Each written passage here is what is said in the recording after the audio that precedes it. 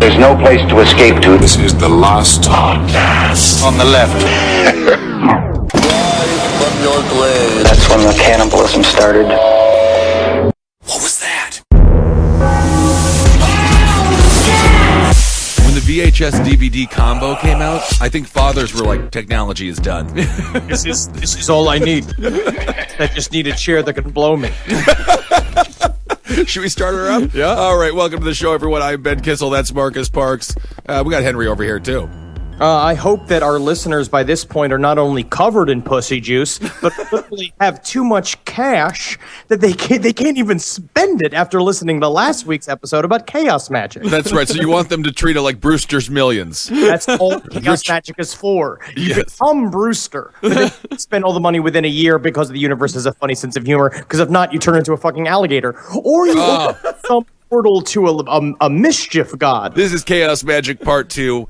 I mean, you thought we were in the muck in the first one. This is really going to get intense. Yeah, this one right here is when we're really going to get into the nuts and bolts of chaos magic. The first episode was more of the basics. This is when we get into the stuff that really shows you, I guess, the inner workings of chaos magic. And I would also say that this is the stuff that is the most difficult to understand, the stuff that that literally is a lifetime journey towards understanding, which is we're going to attempt to explain it now on about a year of solid research, and it's still a lot of garbage. All right. I'm ready to be educated. Yes. All right. So let's start with fractals. Now, in order to understand chaos magic... Lord, I can already feel it. I know, I actually... This episode's a nerd alert. This whole episode is...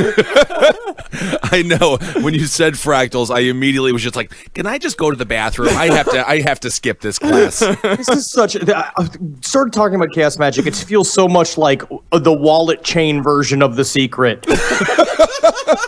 That's very, very true. Yeah, but still, in order to understand chaos magic, you got to understand fractals. Have to understand fractals. You really do. A fractal is, according to the Fractal Foundation, we have to get through it. A never-ending pattern that repeats itself on different scales. We see fractals all the time in nature. For example, a tree branch, a lightning bolt, river networks, and blood vessels all have pretty much the same pattern while having vastly different purposes. Now, what you're saying right then is something that is very difficult to even understand.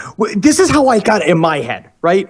Is that, like a shell, like they have like the image of a conch shell is that spiral. Yeah. Right. If you go deeper inside the pattern of the spiral stays the same as you go deeper and deeper and deeper, right? Yeah. Is that the pattern within it is exactly the same. A fractal, the concept is that the big picture is exactly the same as the microscopic picture, which is like the way they compare it a lot of times, which I hear. It's one of those, Marcus. I know you're making the face, but it's like that.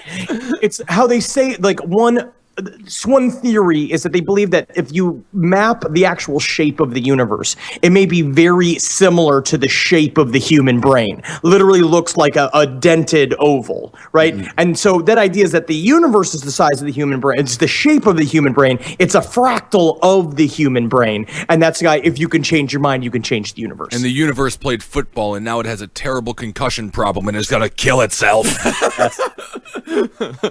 Yeah. So, and fractals, by the way, they're not just seen in nature, they're also seen in math, and they're also seen in art, but I'm too dumb to really explain all that stuff, so just take it from the Fractal Foundation when they say fractals are smart. Science, math, and art. Doesn't make sense. No, it does. No. See, It does. Science, math, Yeah. and art. Smart. But it should be technically science, math, art. No, that works for me. That's a rhyme, and that works. Doesn't it work? It does. Fractals are smart. Science, math, and art. Boom. I love fractals. Doesn't explain what fractals are. At the same time, No, Henry, are you not? They are smart. Science, math, and art. there is a mathematician right now who's literally pulling his car off the parkway, like through the embankment into the street. We're going to have scientists blow their brains out. With any luck, my car will slowly sink into this river.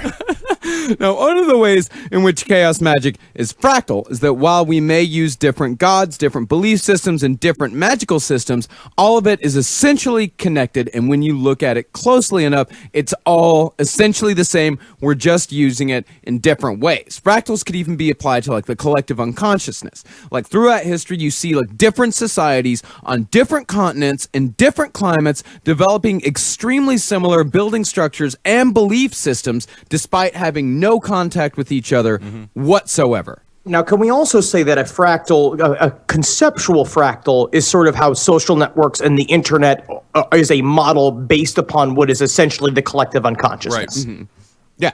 Maybe? No, I mean, absolutely. Yeah. At the end of the day, no one is a unique butterfly. The only reason that anything functions is because we all have there are universal truths that we can tap into. Yeah. Everybody runs on Duncan. Oh my God, that's so true. You literally cannot have a pile of fireworks just left unattended. You have to blow them up. Absolutely. That's a part of it. The thing is about fractals, in order to see them, you got to have a broad perspective. If you're only looking at these things on a minuscule level, then you'll miss the overall pattern. You can't see that a lightning bolt and a blood vessel are similar if you're looking at them on a molecular level only. But if you pull back your focus and open your mind, Open your fucking mind, you idiot. Fucking get with the flow. Oh my God, I'm getting so frustrated with you.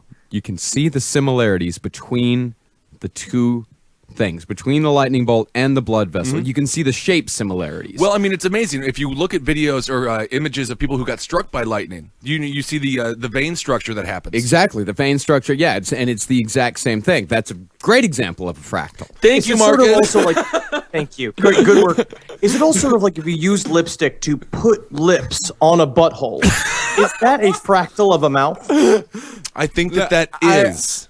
Yeah, I'm going to take this one, think- Marcus. yeah, Yes, it is, Henry. Somebody needs some CPR. Gotta go down there and take a look at it. Sir, please, you are wasting 911's time. I thought it was just lipstick on a butthole, but then he put googly eyes on it, and I married it. That's the thing. When you see those two shapes, and you see the broad shape, like when you really see all this shit, like for example, what Henry was saying about the universe and the human brain. If you work your way in, you can see that on a molecular level, everything is essentially the same from the universe as a whole, right down to the electricity popping away in your brain. All of this stuff is connected. All of this is essentially the same. So therefore, if you change your mind, as Henry said, if you change your mind, you can change the universe. But it's very important here because I know there's some science and math nerds and geeks out there that are screaming about how we're misunderstanding fractals completely. We definitely are. We absolutely are. Like, we're completely. And what I say is don't confuse the map for the territory. Now, we did not really explain that in the first episode. The map not being the territory is an essential quality of chaos magic that you have to understand in order to move different rituals. What we were talking about before with models, right? About you adopting beliefs in order for certain rituals, in order to do certain things magically. What Hines says and what Robert Anton Wilson talks about all the time is that the map is not the territory. Is that if you like the way an example Robert Anton Wilson does is he said the mind isn't a computer, right? Like you could talk about like there's like Aristotle, I forget the fucking philosophy where there's no such thing as is, right? The mind is not a computer. You can describe the mind using a map that is an example of a computer, but it is not a computer. But you can find a way to understand it by putting a map on top of it, which is why we talk about the universe being like the mind. It's not that the mind is the fucking universe, is that if you can just understand that this is a way to, it's a tool for understanding something about the universe in a way that you can grasp, then you can get power over it. Yeah, it's an abstract way of thinking. If you're trying to think about this type of stuff in literal terms, if you think that, like, okay, chaos magic, when we say like fractals, you think we're talking about like literally fractals. We're not. We're just using these things as examples. It's a way for us to understand this shit in order to tap in to the larger power that is the universe. And that you were saying it's a model. It's an example of interconnectedness. Yeah, exactly. What are you thinking, Ben? Well, I'm just thinking about well, first of all, Dunkin' Donuts, as you know, Henry triggered that. But I was thinking about the map is not the territory. So you're saying you're not a world traveler if you look at a map and you circle Iraq. You didn't actually go there, Exactly. right? So Exactly. you have to go there and explore the environment. So the map is just, I mean, a lot of. Yes. So I think I understand that. Yeah. Years of explanation. Takes years to understand. I just started really kind of grasping the tiny edges of it, of just being like, okay, it's just like, but this is not the map, not the territory. But that's another way to get kicked out of a bus station is the constant reminding yourself. It kind of reminds me of what happens now with virtual reality. That's still the map. That's not the actual territory. So there is something sort of generic and unfulfilling about it. Mm-hmm. Another day in long fat man history. Boom. To understand. Is that lipstick on your butthole? God damn it, you've tricked me again. Want to see it whistle? Sometimes it makes some chocolate. I do want to see it whistle. So another huge thing, I guess, principle of chaos magic that we have to talk about, that we touched just a little bit in the first episode, is the old saying from Hassan-e Sabah, nothing is true, everything is permitted. You know, Hassan-e Sabah was probably born like Bill Myerson in Indiana. Yeah, nothing really comes out across as really prophetic if your name is Bill Myers. you got to change it.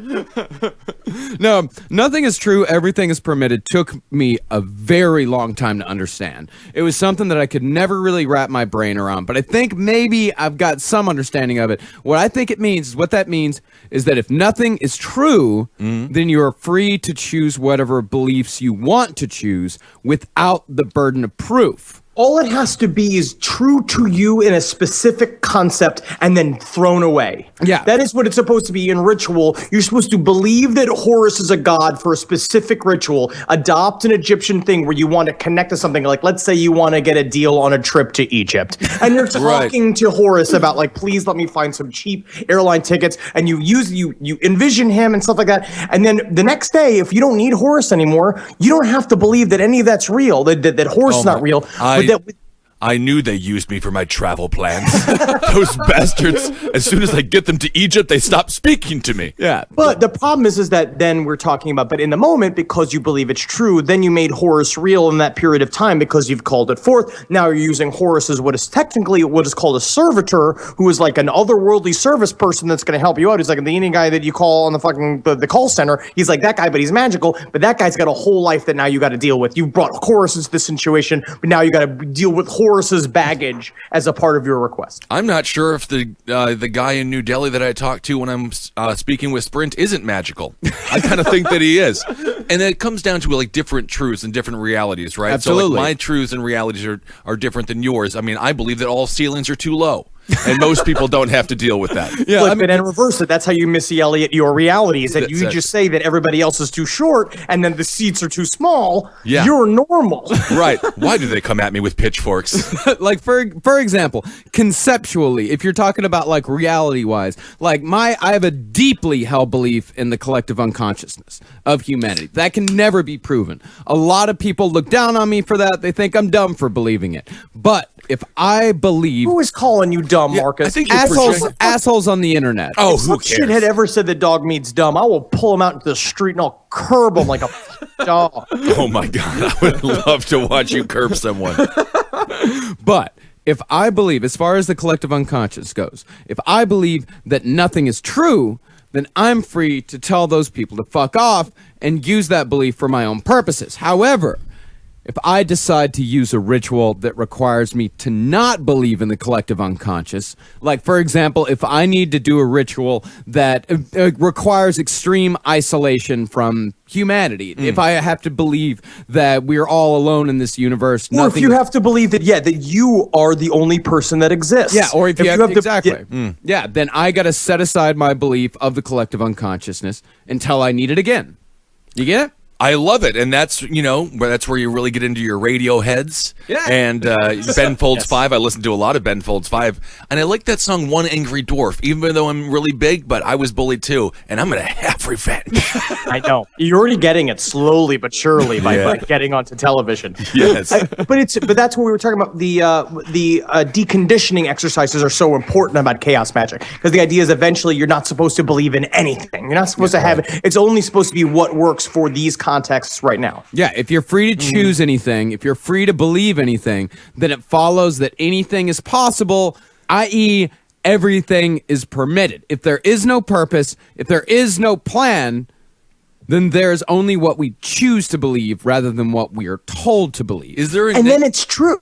Yeah, is it possible to have like a negative side effect though? Like a lot of people who are like, I'm a Buddhist. It's just like, no, you're not getting off the couch for 3 months. Like I think you're Yes, extremely that's not depressed. Buddhism. Yeah, There's a lot of problems all the time, and that's why but a part of chaos magic is really important is discipline and checking in with yourself and understand and not getting magic-itis that we talked about, where you start to believe that you're fucking Merlin, Right. even though you're just hanging out in your room in fucking sweaty shorts playing with tarot cards. right. Yeah, this whole thing, it's not about God waiting for God to answer your prayers, and it isn't about being passive. It's about being proactive and making things happen for yourself on a metaphysical level. And that's the thing.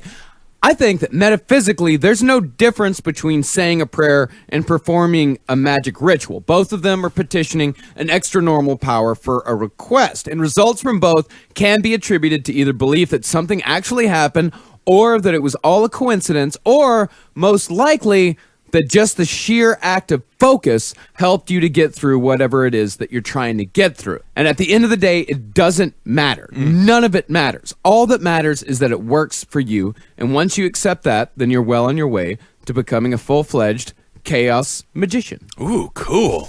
And once you start practicing chaos magic, it's a good idea to choose what magical system that you think would work best for your specific ritual. Because remember, this is not a permanent thing. You aren't locked into any of this. I love it. It's like a lease as opposed to buy-in. Yeah, absolutely. It is like a lease. It's a magical lease. And again, remember, chaos magic, the whole point of it's not the same as right-hand path or left-hand magic, where you can't really teach too many specific dogmas from the very beginning. This is about you practicing it. Chaos magic is all about what you do for it. It's not about the books you read. It's like you can read as much as you want about rituals, but each one of them just says, well, and then you got to make it up from there. Now you make it up. Here's kind of a thing, but now you got to go make it up. I mean, it's kind of one of those bizarre things where it's like coincidences. Are they coincidence, or did you will yourself to be put in those positions? I was talking with people last night for some reason after the last podcast show here at the Creek, and thank you so much for everyone who came out. It was so fun. Totally. They kept on asking, how did we meet? And I had to go way back and had to go through this whole story, and it doesn't seem like a coincidence in hindsight. Yeah. It just seems like it had to happen that way. Yeah. And I wonder if that sort of plays into this whole idea. Possibly. I mean, that's the thing. It doesn't matter. It doesn't matter because it worked out the way it did. It's sort of like the moon is up there, even though there are a lot of people that are really upset about it. Yeah, it's not up there. Yeah. If it was up there, we wouldn't see it. You know what I mean? Absolutely. No, what this is all about is changing your belief system in accordance with the ritual. It's not about building a permanent belief system, because if you have a permanent belief system, then you will immediately reject anything that doesn't fit in with said belief system, and the whole goddamn thing falls apart. Something I discovered very recently. Long story short, I had a chamber, now I got a mind horse. Listen, we're not your girlfriend. You can't flirt with us. Yeah, it doesn't. All right? Was that flirting? Was Marcus trying to flirt there, Henry? That is his flirting. I've seen him and his girlfriend gnash their teeth at each other, and then they throw bones at each other, and then they just start fucking in front of everybody. Oh, I see. Well, that's when you know dinner's served. Me and Pickle Girlfriend have a very special relationship. That's very She's good. really into this shit. So yeah, Awesome. we're working on some stuff. But yeah, mind horse. That's what I got now. Like I had to, because the belief system that I kind of had before, the kind of rituals that I was doing before on a regular basis to kind of get my mind right. It didn't work, because I would try going to that place that I've been going to, that ritual that I would use to go to that place to visit my keepers at the silent gates of my memory. I would Also try known going as there. the crystal castle within your mind. Exactly. It was my crystal castle. But I've been having some shit going on recently. I've been having some bad times. And then eventually, I kept trying to go there. And then when I tried going there, I found that everyone in it had been murdered, that it was burning down, and then eventually it was just darkness. It was just blackness. And so that belief system didn't work anymore. That doesn't work. Oh, it sounds like a perfect place to hang out. No, it's the worst. It's just darkness and demons. Yeah. It's awful. Okay. In my mind, I get carried everywhere by mind parakeets. Thousands of them. Yeah, because that's the thing is that chamber was something, because that belief system that I had at the time, that was for me to get my mind right and for me to kind of get shit organized. But now life is more of a journey for me. That's what's going on with me right now. I'm on more of a journey. I'm going to new places that I've never been before. So I need a mind horse. You need a big stinky mind horse. Yeah, I need a big stinky mind horse to keep me going through all of this bullshit. So I use kind of the same type of ritual, but now instead of visiting the chamber, I go and me and my mind horse explore it together. All right, we'll check out the chamber every now and again, see how the demons are doing. They get lonely too. Oh no, they follow me over. Oh, they did. Oh, no matter where I go. Nah, they're not going anywhere. They're just, in my head forever, and that's just how it's gonna go. And go to the doctor. Get your meds checked out. I did. I went last Wednesday. Oh, good. Yeah. And that's where the mind horse came from, is that it was just big. Remember those horse pills? The big thick pills. Yes. Today's sponsor for Last Podcast on the Left is BlueApron.com. For less than $10 per meal, Blue Apron delivers seasonal recipes along with pre-portioned ingredients to make delicious home-cooked meals. That's right, they give you all the ingredients. They give you the recipe, and you have the satisfaction of making a home-cooked meal all on your own.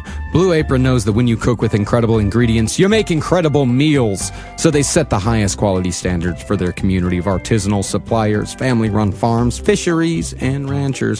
Whether it's Japanese ramen noodles, wild-caught Alaskan salmon, or heirloom tomatoes, Blue Apron is bringing you the best. Check out this week's menu and get your first 3 meals free with free shipping by going to blueapron.com/LEFT. They got gnocchi, they got fresh mozzarella, they got pork tacos, they got vegetable pizza, and every single month they got a new menu. You will love how good it feels and tastes to create incredible home-cooked meals with Blue Apron. So don't wait. That's blueapron.com/LEFT. Blue Apron, a better way to cook.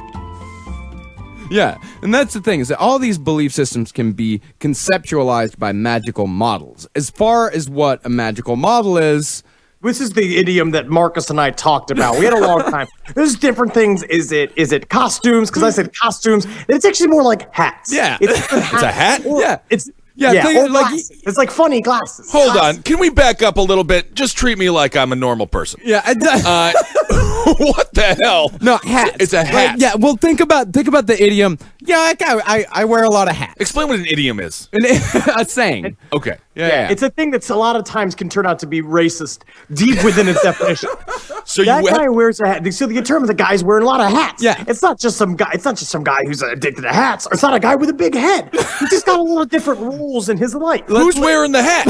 You are. Like, I have the hat? For example, yeah, Ben, you got some hats. What kind of hat? Is it a Cubs hat? What kind of hat? If you acted as a cop in part of your life, like John Wayne Gacy, in order to kill a bunch of boys.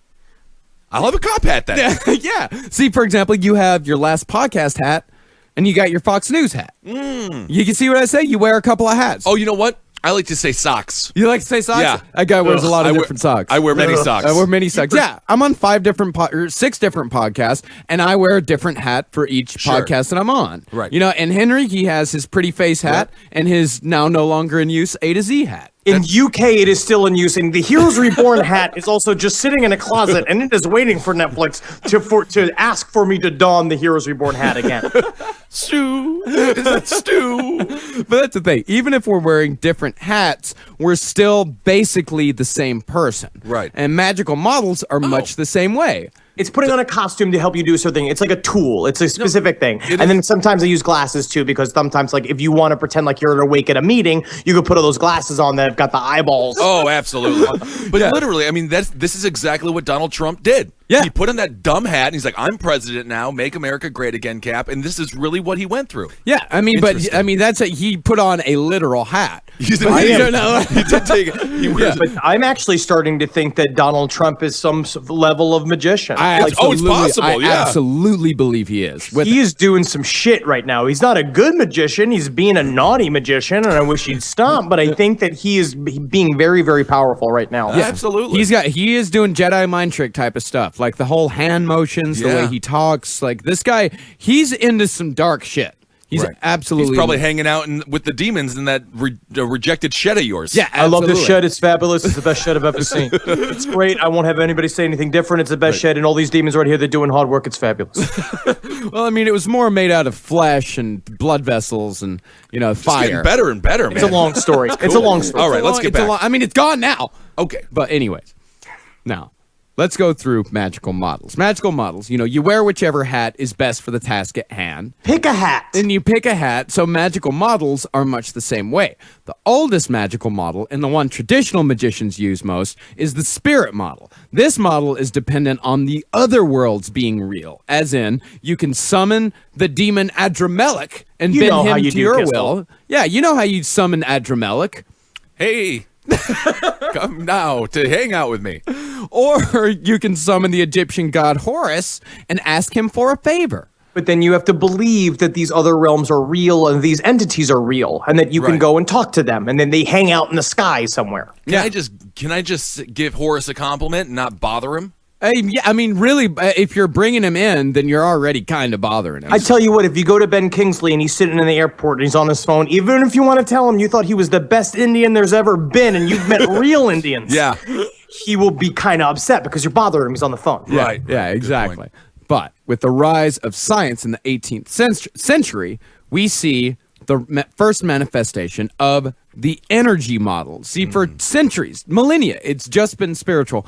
But in the 18th century, you start seeing something new, the energy. The energy model involves the manipulation of the subtle energies of the universe, such as what the Nazis tried to do with real energy. So it's like vril energy, orgon energy, what's prana, like all of that kind of stuff. That's like essential life energy. People talk about chi, like that is where that model came from. Is that there is energy flowing at the universe, and where magical acts are done through harnessing that energy or releasing it. Right. Bowie was really into the energy magic as well. Cocaine is what he meant. That was his sort of manifestation. Cocaine, of, peppers, subtle milk, energies. that's going to give you energy. Frequency. Think about that. Like radio. Oh, yeah, totally. Hey, good work, Kissel. Thank you. You're gonna pass the learning comprehension test man. for this episode. I might. I smoked a lot of weed before class. I'm into it. I was actually watching a great documentary on the Carter family, and the first radio, there was just a tin can with a couple of sticks in it, and they would just like throw the waves out there, and people would just randomly find them. It wasn't like a radio. Yeah. It was just a bucket. Yeah, anyway. Incredibly fascinating. Thank you so much. Now, after the energy model came the psychology model, which was popularized by Freud and Carl Jung. This transported demons and angels and such from the other world to the inner world of the unconscious mind. This is my go-to a lot of time. I usually work in the psychology model, and I bring therapy into it as well. And there's a lot of different ways that you can use the psychology model in chaos. The psychology model is the model that a lot of people use in order to explain to people that will imagine they will find you completely insane if you say that you talked to Horus last night during a meditation session. It's like that's Right. the other thing. So psychology model is about taking some of the magic away from it and saying it's about it's symbols. They're that the things that were described as actual entities are just symbols, and we can learn them mostly to learn about ourself and our nature within the universe. Yeah. Austin Spare that we talked about in the last episode. He was definitely one of his big things was the psychology model. Something that I mentioned earlier was the keepers at the silent gates of memory, which that is actual manifestations of certain parts of your subconscious that you can actually travel to within your brain and communicate with. Like Austin Spare used to communicate with his subconscious through automatic writing, and he could figure shit out about himself that way, or he could communicate that way. But then Spare made it practical by developing sigil magic. About the whole point is then he took it from the step of, because the psychology model can then be compared to the right hand path kind of stuff where it's about inner transformation. Austin Spare was like, but then you can use it to get pussy by doing this thing. Yes. It seems to be the end game for the majority of these people. Well, I mean, a lot of the time. They're nerds. They cannot talk. They cannot flirt. If they were charming, they would not have started doing this stuff. They would have been in the entertainment business. Now, the most recent model that Phil Hine talks about in Condensed Chaos, and remember that Condensed Chaos was written in 1995, is what Phil Hine calls the cybernetic model. Ooh. This is deeply rooted in chaos theory and is mostly information-based. Like this is something like where you take things from the internet. You take things from like just different. Like how would you describe the cybernetic model, Henry? Because this is the one that kind of makes me a little confused. No, this is the one that basically folds quantum mechanics into magic. The idea is that this is all about understanding. It's my view of the idea is that we're living in a hologram universe, and basically you can use your brain to jump into the DOS programming of the universe and change shit for yourself. Okay, like change the mod settings. Like you can go in and like make everybody got big heads, like the Bill Clinton head used to have in NBA Jams. Oh, yeah, that's a great game. And I loved Bill Clinton with his big old head. I thought about it like soup. You know, condensed soup, you got to add a little water. And You're then just hungry. I am. But you got to add a little water, and then you get a perfect consistency. Yeah. So you are the water. Like Think about it. Like this is how Phil Hine describes these sorts of things. It is a set of techniques for rousing a neurological storm in the brain, which brings about microscopic fluctuations in the universe, which lead eventually to macroscopic changes in accordance with the magician's intent. Change your mind, change the universe. And those last three words are very important to chaos magic, no matter what system you decide to use. The magician's intent.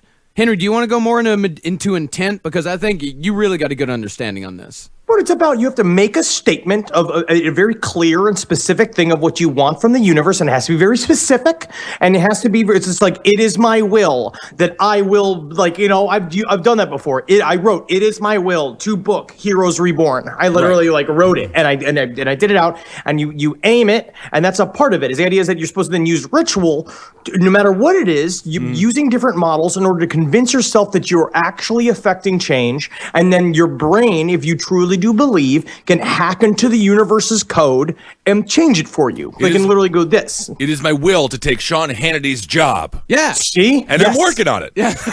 But that's the thing, though. You know, when you say that it is my will, then you have to proactively seek that will out. That's right? the idea, and that's what they talk about a lot of times. It's like you can't just say it and go out of the universe. You have to Right. basically also increase your probability that your will work by charging yourself, by putting yourself in a position where it's like, I can't just say I'm going to book Heroes Reborn and be sitting in a 7-Eleven in Indiana not doing anything. I have already be on the road towards doing it, and because the momentum is what allows you to push yourself. What they say is push the boundaries of achievable reality. Right, And so right. it's just making room for what is possible. Right. Within your universe. Yes. Right. Yeah. And it's very important to make it very simple. Because if you have a simple statement of intent, it lets you observe results. Because if you make something that's a little more, if you do something like, okay, like it is my will to be better at parties.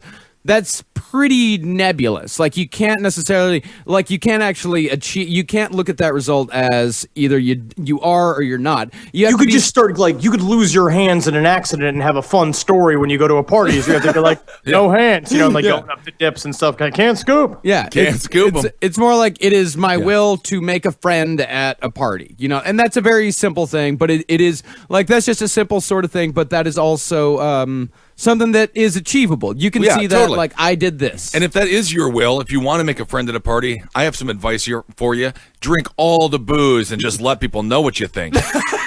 No way that's going to go horribly wrong. Also, never tell anybody it was your statement of intent that night to make a friend at a party. Creepy. You cannot go at someone being like, I intended to make a friend tonight. It is at a party, is it not? I can tell by the various favors. Well, I'll go find you one that isn't me. Okay, bye. Now let's go back to our Batman example. Let's say you're a murder police. Let's say you're a homicide detective. You got a body come up. Man, Murder Police is such a cooler name than Homicide Detective. It's from The Wire. That's what they call themselves. Nice. Murder police. Now you have this body come up.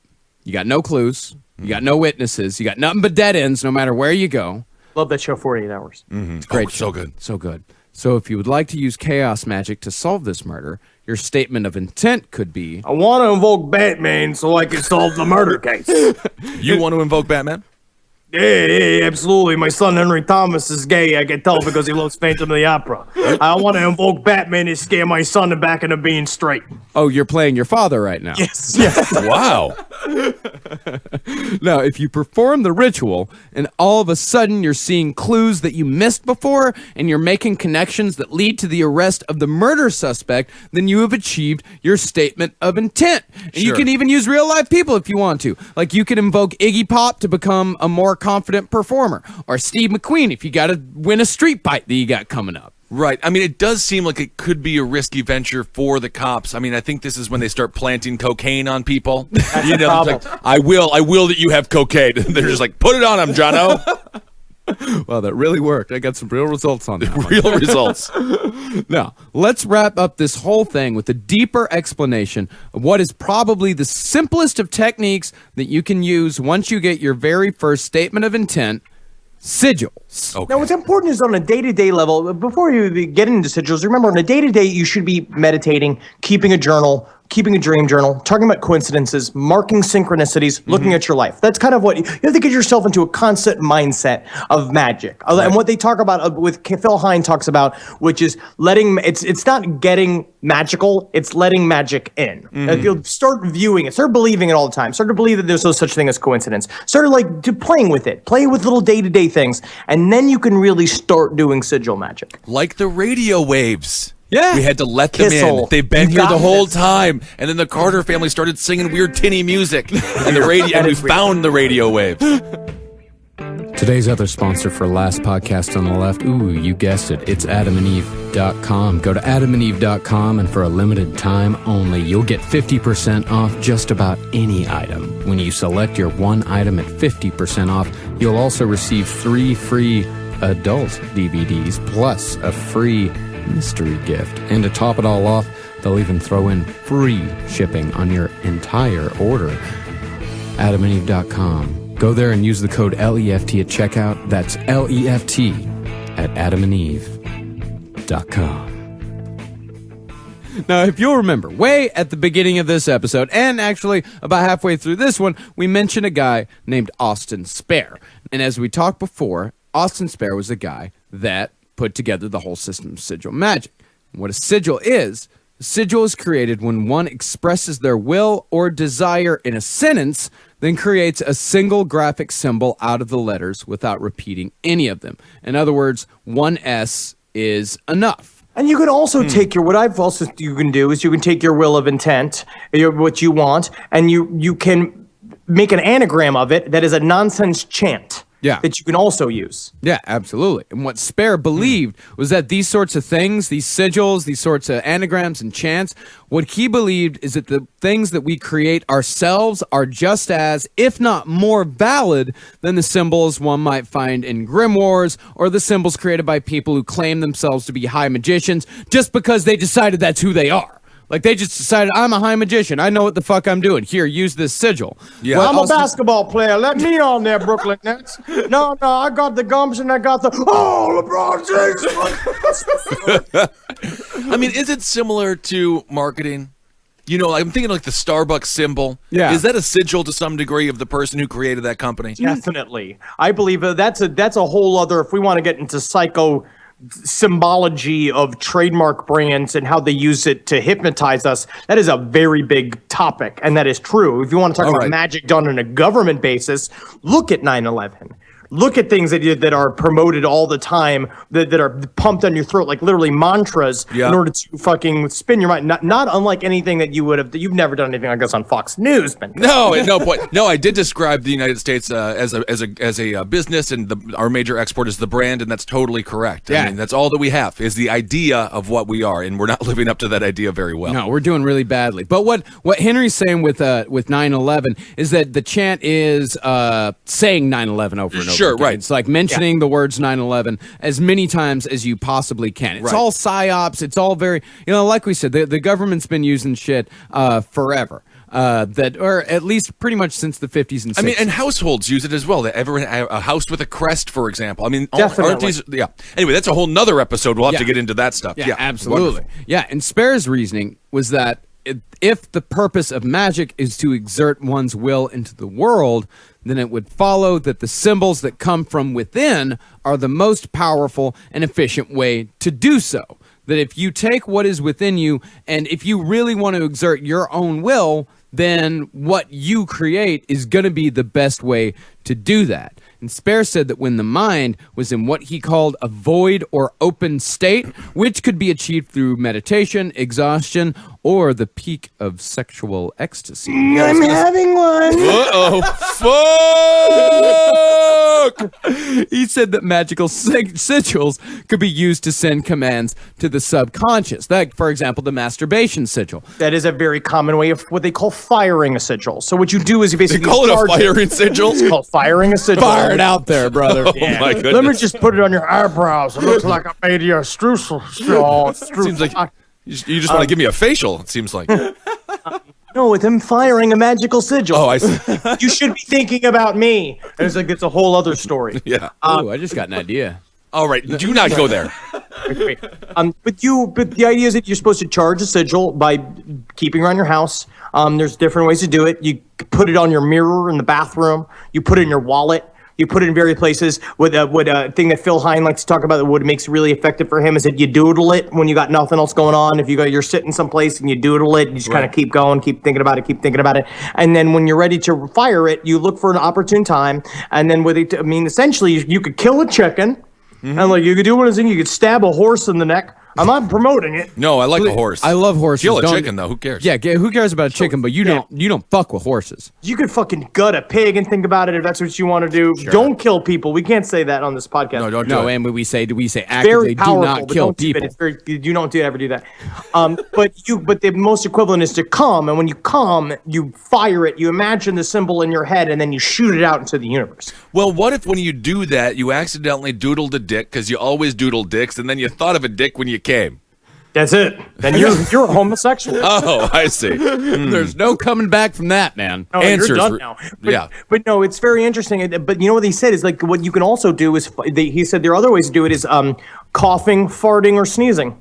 You can fart on the sigil? You can fart out a sigil, and that it's just as powerful as coming. Yeah. But if you're a sigil, that's a rough life. Yeah. No matter what, like the best case scenario is getting coughed on, I think. And that's the thing, is that once you have that, once you fire out that sigil into the universe, forget about it. Don't think about it. Okay. Yeah. Because you're probably thinking about it right now. You know, you're thinking about it. Don't think about it. Don't think about it. Well, I think if you do think about it, then it gives you a much higher chance of mentioning that you farted on a piece of paper in the office. And so you do want to forget that. Yeah, you remove it from your conscious awareness. Right. It kind of gets planted into your subconscious. It grows in your subconscious mind, and when ripe, the commands would manifest themselves in the world of conscious reality, achieving the magician's initial intent. Cool.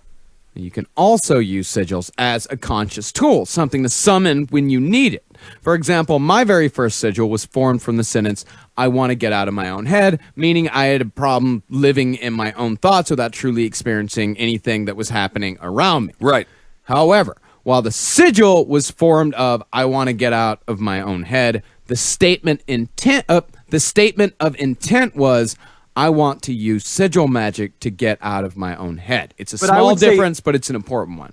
For anybody else that actually wants to try this thing, I would not do something as broad as get out of my own head. I feel like that end up done that then you're opening gates to a bunch of shit. It's a lot of stuff coming in there. Oh, dude, You it have- fucked me up real bad. You have to do it in a very small level. It's literally shit like I'm not gonna be in traffic on the way to work today. Like literally, it's like you start it real small. And a big thing to remember is the qualities of chaos, which I think I wanted to bring up last time, which they talk about in the condensed chaos. It's really interesting. You have to remember before you do any of this stuff is chaos stands for confidence, honor, attentiveness, organization, and sensitivity. And the big thing in there is honor. And a part of what he talks about with with chaos magic is that if you say stuff like "I'm going to be a place," you got to go there. If you promise somebody, right. if you promise something to somebody, you got to do it. Because the whole point is that as a magician, your word and your thought is supposed to mean something to the universe. And your sigils are not going to work if you're a liar. They're not going to work because the idea is that your word has to be your bond, and that has to actually mean it. So when you say something, you have to mean it, because that's the only way that this kind of process is going to work. Yeah, absolutely. And then there are hypersigils. Ooh. Which incorporate actual stories, plot, and characters that you create yourself. This is also called pathworks. Yeah. That you could talk about. So it's like the idea is that you create a whole scenario, like a magical thing where you're going to learn something about yourself or get something by adopting, like literally playing out a story. Like it's like acting. It's like literally going in and doing a thing in a model. And Grant Morrison does it all the time. Yeah, Grant Morrison, and his biggest one was The Invisibles. The Invisibles was actually a 6-year-long fourth dimensional hypersigil that he used to effect change within his own life. And if you believe him, it worked, but he also almost died doing it. Now, He also only specifically wears Oakley's inside. Yeah, it's a kind of a bizarre thing that he does there. And that's the comic book, The Invisibles. Yeah, the comic book The Invisibles is that what he says is that he actually put himself into The Invisibles. He put himself into the comic book in the form of a character named King Mob. Oh. And he said that when he wrote King Mob meeting a certain type of woman, he'd go out and he'd meet that same type of woman. You know, that sort of thing. But he also, in one part of the series, when he gave King Mob, King Mob got captured, and he was being tortured. When that happened to King Mob, Grant Morrison also got extremely sick with this really weird, rare disease, and he almost died. He came extremely close to dying. Yes. So it works both ways. Like what he put the character through, he also found it kind of happened to him in real life. Like there was some correspondence. And, who knows if that was just coincidence? And who knows if that was just his, mind really making that. But that's the thing, is that his mind, even if it was just his mind making that happen, he made it happen. And Stephen King, when he was writing it, he turned into a spider. It's really weird. And I thank God that he threw out that fucking book he was writing, Old Man Gets Hit by Van. Oh, my God. I know. It was a very clear premise, but truly horrific. Yeah. And by the way, Grant Morrison's book Super Gods is a great introduction to all of this stuff. If you're already into superheroes and want to see examples of what can be done with chaos magic, then you can read Super Gods, because he doesn't get really into it like Phil Hine does in Condensed Chaos. He just kind of says like, yeah, I use this, I did this sort of thing, and it sort of whets your appetite for all. But it's also, if you're into superheroes, Marcus uses a lot of examples of superheroes, which I am not particularly very into. I don't really care about superheroes, but they are a very convenient way to put as like a kind of folklore types that you can hang stuff on, that like you can put qualities, you can attribute qualities to them that help you in these kind of rituals. But it's up to anything. It can be anything. It's like a lot of times in my head, I imagine Hunter S. Thompson. It's like I imagine him just because of what he meant to me from as a kid. Philip K. Dick, I have his face up is on my wall. Like I look at Philip K. Dick's life all the time and the stuff he talks about, the Valis trilogy, and that's the kind of thing that feeds me. I watch old Japanese death matches with Mick Foley and Terry Funk. Yeah. Those are actually amazing. There was one match where they had to dip, the loser got dipped into a bath of piranha. And I remember watching when I was 13, and they pulled the guy out right away because they are piranha. Vicious. And I was watching it when I was 13. I was like, they should have kept him in. And now at 34, I'm like, get out of there. Why would you put him in there in the first place? Yeah. And and all this stuff, like we said, we're rank amateurs at all this type of stuff. Like, please read at least Condensed Chaos before you try any of this stuff yourself. All we've really done is give you a bit of a primer to make getting into this stuff just a little bit easier. And as always, just have fun with it. Have fun with it. Just have Quit fun being so with it. serious, you fucking idiot. Fucking release yourself. Right. And you know what? I'm gonna get a little corny, but you can really do whatever the hell you want to do. Yeah. And that's the great thing. No matter what, we're birthed into an environment that we have no control over, but in reality you do. Yeah. You make Make it yourself happy, dude, and you're allowed to be happy. You don't have to be stuck in any paradigm. You can just let it go. Anytime you're stuck, you feel like you're stuck. There's no marriage that's permanent. There's no life situation that's permanent. Just fucking get out of it. And Drop it. There's this massive misconception that somehow you have to be a miserable, starving, or maybe a starving artist if you want to be thin. I should be more of a starving artist. But like so many like young stand-up comedians, they go through this thing where they feel like they have to be miserable, otherwise they're not suffering for their art. You can just be happy as hell. Yeah. And do everything you want to do. Yeah, totally, man. We're happy. I feel fine. I'm the happiest I've ever been. I'm getting there. Good, Marcus. Well, good. Thanks, man. Don't go to the demon house tonight. No, I don't go there anymore. I got my horse. I do kind of want to find directions to it. Yeah. I would love to go. No, It's easy. Just follow the screaming Oh, I see. and the dripping of brine from Marcus's fucking pickle mouth. it is eerily silent. Okay. Yeah. Thank you for listening, everybody. Thank you That's so Chaos much. Magic. Chaos Magic. Unbelievable, guys. Henry and Marcus, you guys are really getting a handle on this because, I mean, from the first episodes to these episodes, when it comes to this subject, you guys are really getting a good grasp on it. And it's very edutaining. It is This is edutainment at its finest. You know what I want to do right before that you said that? I just want to give one standard. I'm having one again. Fuck! Oh, yeah, just to add to that. I love it. All right, guys. Thank you guys so much for coming out to the live show. It was yesterday. We had such a great time here. Fantastic time. It's the fourth Saturday of every month at the Creek in the Cave. Everyone is so unbelievable. Yeah, it's so great. And we've got the next live show that we have coming up is Los Angeles. And by the way, we just released 50 more tickets. So if nice. you've been trying to get to the Los Angeles show, and if that show has been sold out, it has been sold out for a little while. I know a lot of people have been trying to get tickets to it, but we just released 50 more tickets to that. So go and check out, I think it's crestwestfield.com. But just, type in Crest Westfield or go to cavecomedyradio.com and click on live events, and there'll be links to that. Awesome. And also we've got we just sold out Glasgow, which is fucking amazing. The only UK tour, the only UK show that we have left tickets for is at the London show, the very last show, the second London show, but those are going to sell out. Those are going to sell out definitely in the next month or two. So get those fucking tickets now. I can't believe that the amount of support we're getting from the UK. I mean, hell, it's fucking June. Or this is July, and the show's in October, and we've already sold out so many. Thank you guys so much. Going back to Chaos Magic, we booked the venues, and it's up. If it's almost like Field of Dreams. Yeah, if you build Almost it. like it. I mean, we didn't sell the tickets the last time. No. But this time we did it. We had more work to do. Excuse me, Crest Westwood, not Crest Field. Follow us on Twitter. I'm at Henry Loves You. That's Marcus Parks on Twitter and Instagram, and Dr. Fantasty on Instagram for Henry. I'm on Twitter at Ben Kissel, and Ben Kissel1 on Instagram. Mostly still just pictures of bagels, but getting there.